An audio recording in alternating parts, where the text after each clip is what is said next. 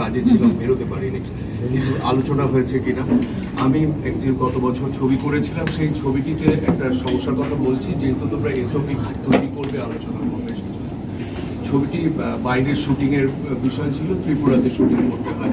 তাতে যে যারা এখানে নির্দেশক আছেন তাদের কাছেই আমি শিখেছি, এই ড্রামা পার্টটি আমি ফুল ইউনিট নিয়ে ফ্লাইটে করে গিয়ে 71 জনের আমাদের টিম হয়েছিল। আমরা শুটিং করে টাকা বকেয়া সব মিটিয়ে দিই। এরপরে আপনারা জানেন যারা নির্দেশক, তোমরা বেশ চর্চার কেন্দ্রবিন্দুতে, কি বলবে সেই বিষয়টা কি একদম পুরোপুরি মিটে গেল? তারা কারণ চুপ করে রেখেছে। অনেকে তো বলছে আমাদের কোনো টিআরপি নেই, এইভাবে আমরা আমি টিআরপি পাওয়ার সব চেষ্টা সময় করছি। চর্চাতে, ও 25 বছর ধরে চর্চাতে বাংলা ইন্ডাস্ট্রিতে, আর আমি লাস্ট 14 বছর ধরে চর্চাতে, কারণ আমরা আমাদের তো একটা পেশা, অভিনয় করে খাই। তো সবসময় টিভিতে চর্চাতে, তোমাদের ইন্টারভিউতে, তোমরা তো শুরু কি এইসব ইন্টারভিউ নাও, তোমরা তো শুটিংয়েও আসো, শুটিংয়ে মজা, শুটিংয়ের গল্প, শুটিংয়ের প্রমোশন, সবেতে আমরা চর্চাতে থাকি।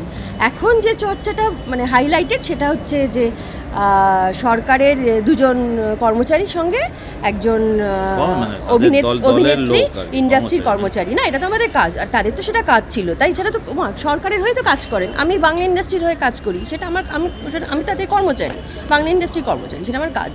তো ওই জন্যই একটু বেশি বড় সড়ো করে হাইলাইটেড, আর কিছু।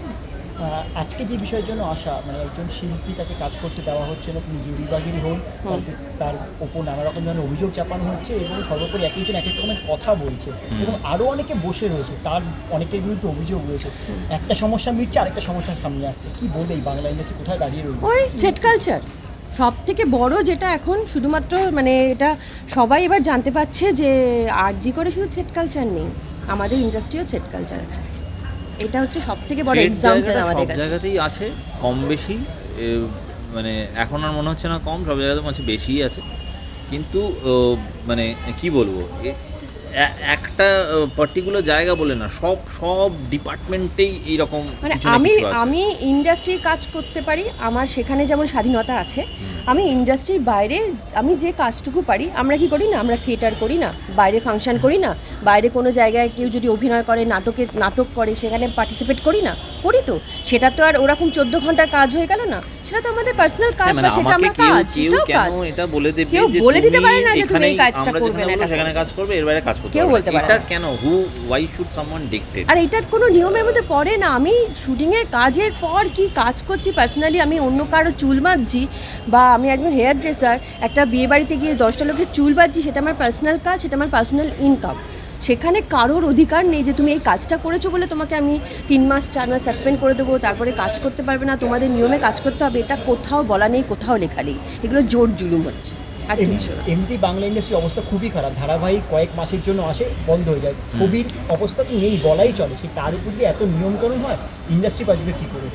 এটা তো ভাবা উচিত, এক্স্যাক্টলি, এটা তো ভাবা উচিত।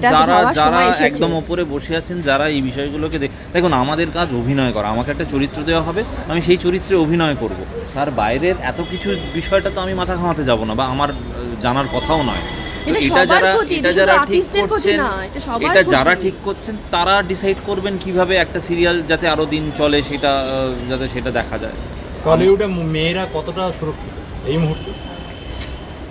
দেখুন, যে যার যা সুরক্ষা আমার মনে হয় তার নিজের কাছে। আমি নিজেকে কিভাবে প্রোটেকশান দেবো, কিভাবে প্রোটেক্ট করব, কাদের থেকে প্রোটেকশান দেবো, কাদের থেকে প্রোটেক্ট করব নিজেকে, এটা নিজেকে বুঝে ভেবে শুনে চলতে হয় মেয়েদের, সব জায়গায়, স্কুল কলেজে, বাড়িতে, পাড়াতে, কাজের জায়গাতেও। তো সেই জায়গাটাতে আরজি করের যে এক্সাম্পল সেট হলো, সেখানে তো এখন আমাদেরও ভাবতে হচ্ছে যে কাজের জায়গায় কি সত্যি আমরা সুরক্ষিত, সত্যি কি আমরা সুরক্ষিত, মেয়েরা কি সুরক্ষিত? হয়তো কোথাও মনে হচ্ছে যে না, আমরা সুরক্ষিত নয়।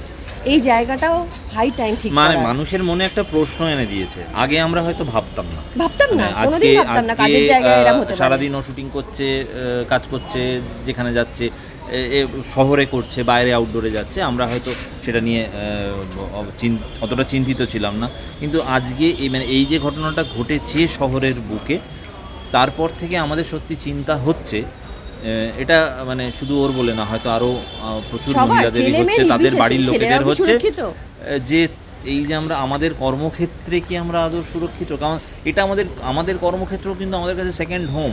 মানে আমরা একটা সিরিয়ালের যখন শুটিং হয়, আমরা মানে প্রায় 14 ঘন্টা আমরা একটা জায়গায় থাকি, সেখানে আমরা কাজ করি, তো এবং বাদবাকি সময়টা নিজের বাড়ি, 24 ঘন্টার মধ্যে 14 ঘন্টা আমরা সেই জায়গাটাতে থাকি।